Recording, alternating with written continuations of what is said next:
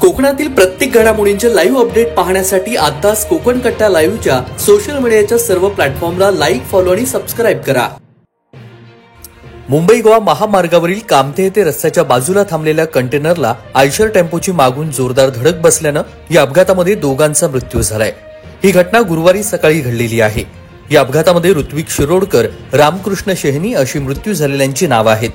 या अपघाताची माहिती मिळताच राष्ट्रवादी काँग्रेस अल्पसंख्याक सेलचे चिपळूण तालुका अध्यक्ष समीर काजी यांच्यासह शुभम किल्जे, अण्णा कुडाळकर, बंटी महाडिक, संतोष जावळे आदी ग्रामस्थांनी घटनास्थळी धाव घेत आयशर टेम्पोमध्ये मृतावस्थेत अडकलेल्या दोघांना जेसीबीच्या साह्याने बाहेर काढून कामथे रुग्णालयामध्ये हलवण्यात आलं। अपघात इतका भीषण होता की आयशर टेम्पोच्या केबिनचा देखील चक्काचूर झालाय। मुंबई गोवा महामार्गावरती कामथे येथील रस्त्यालगत 22 चाकी कंटेनर उभा होता आणि याच वेळी मुंबईहून वेंगुर्लाकडे जाणाऱ्या आयशर गाडीनं येऊन धडक दिली। सदरच्या धडकेमध्ये दोघांचा मृत्यू झालेला आहे।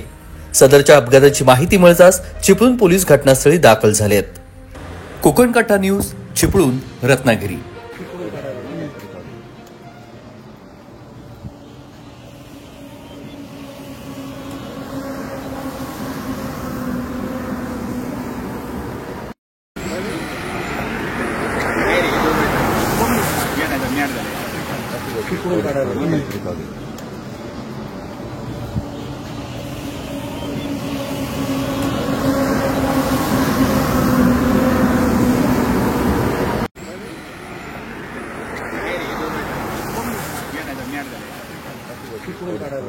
Mierda.